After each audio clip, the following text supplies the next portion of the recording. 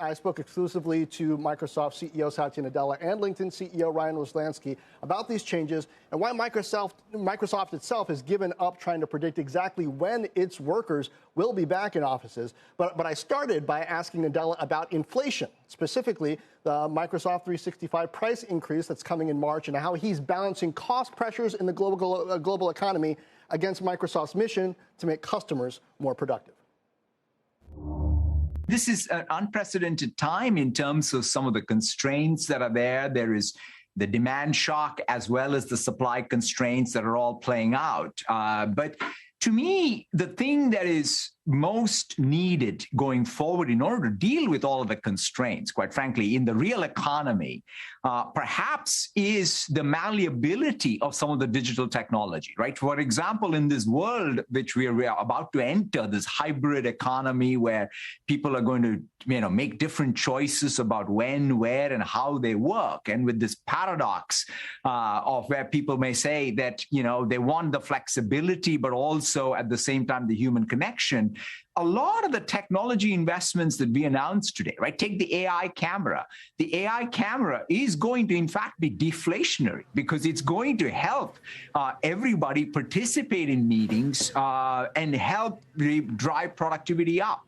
Or even, the Cameo feature, which is about being able to deliver great presentations, learning content. So I think, if anything, we're going to use perhaps digital technology more to bring about more control to any inflationary pressure in the real economy, just not in the software sector, but across the broad economy. Yeah, puts and takes for sure. And then on that, Satya, talk to me about cloud competition.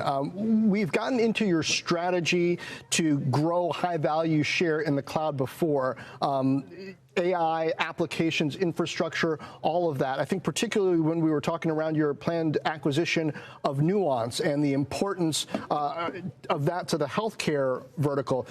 Give me a sense of how you're measuring success in getting deeper into verticals and growing out those cloud-driven AI solutions that are going to lead you to growth in the future.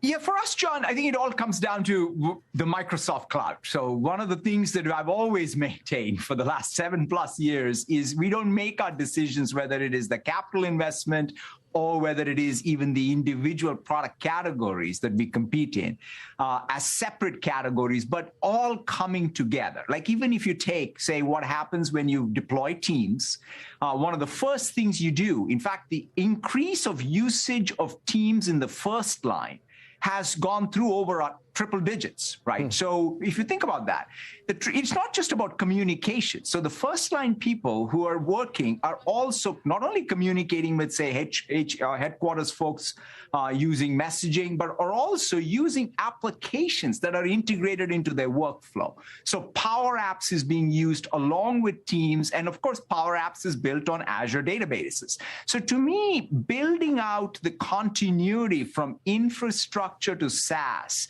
with security, with great tooling. That's the Microsoft cloud value proposition, and we're differentiated. And we want to compete in each category on its own. But if somebody asks me, what's the differentiation of Microsoft? It's about the Microsoft cloud, all the way from business applications to Teams and Microsoft 365 to Azure and everything in between.